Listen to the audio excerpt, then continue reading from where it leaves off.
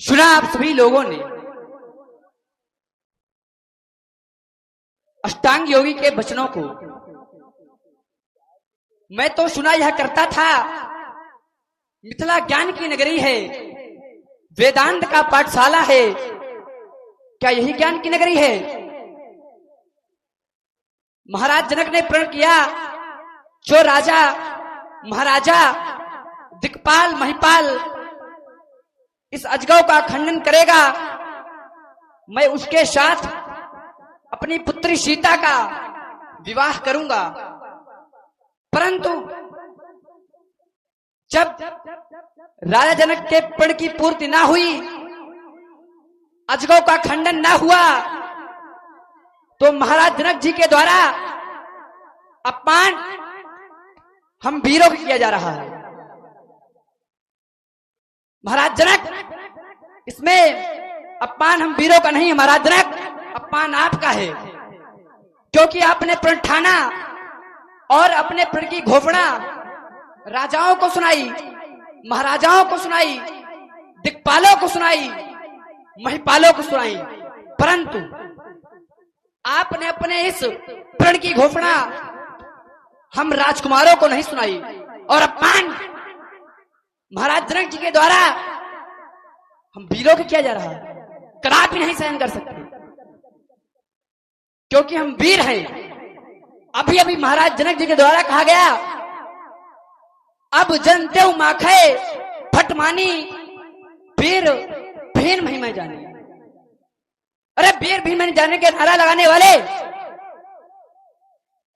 क्या यही है महाराज जनक, जिनके लिए यहां तक भी बतलाया गया है शम नियम आसन प्राणायाम प्रत्याहार ध्यान धारणा और समाधि, ये योग के 8 तत्व, ऐसे महान योगचार के द्वारा समस्त वीर जाति का अपमान किया जा रहा है।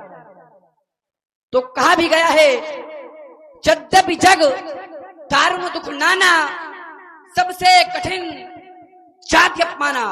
तो सूर्य महाराज जनक, यदि ये वीर न होंगे इस पृथ्वी पर, तो इस पृथ्वी माँ का क्या होगा?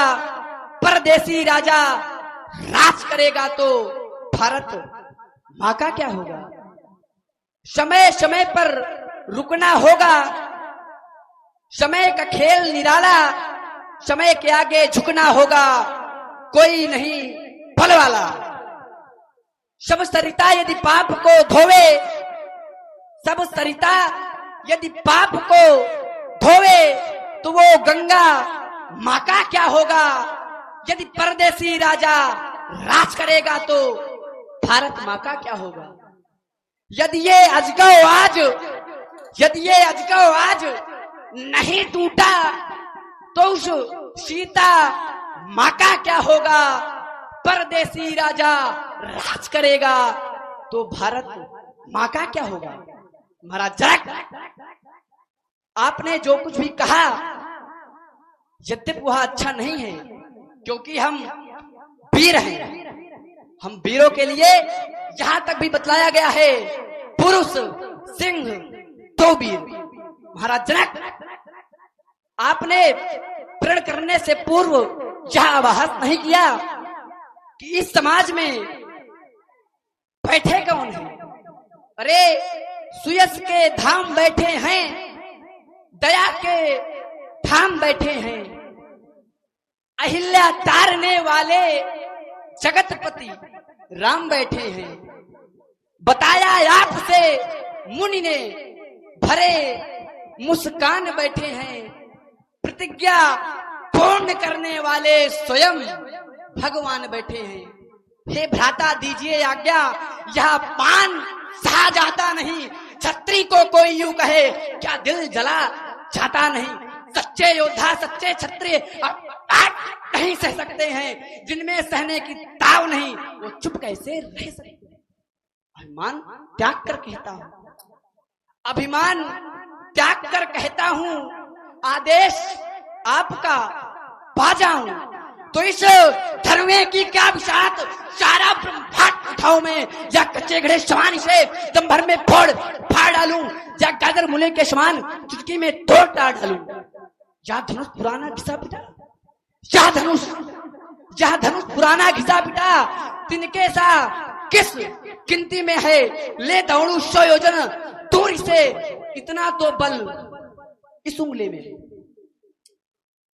अरे महाराज जनक, मिथिलेश्वर इस धनुष यज्ञ में ऐसे भी कुछ जन हैं, निरखे नहीं नयन जिनके, कुछ अन परखे से मन है। अरे उनकी ओर निहारो जिनका आनन अंगारा है, डालो उन पर दृष्टि, देखो ज्योतिर धू तारा है। जिनके दांत दूध के, लेकिन काट बड़ी तीखी है, छोटे हैं पर बड़ों ने बल की विधि सीखी है।